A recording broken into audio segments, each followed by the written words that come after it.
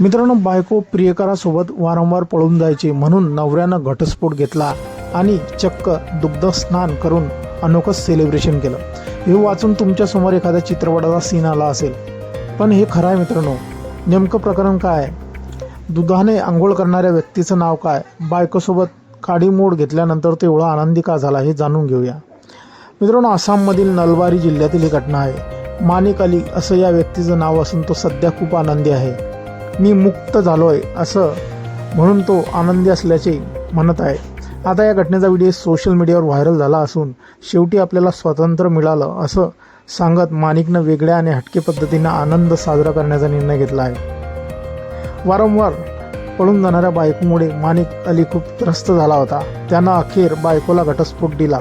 तो घराच्या बाहेर आला, चटईवर उभा राहून 4 मोठ्या टबमधील दूध स्वतःवर बाल्टीनं ओतून घेतलं।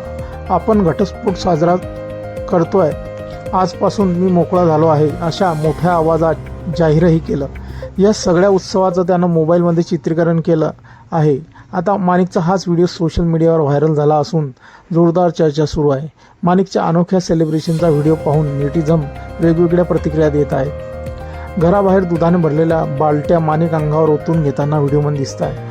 दुधाने आंघोळ करत असताना मानिक सांगतोय, बायकोच्या गैरकृत्यामुळे मी गेल्या काही दिवसांपासून खूप त्रस्त होतो।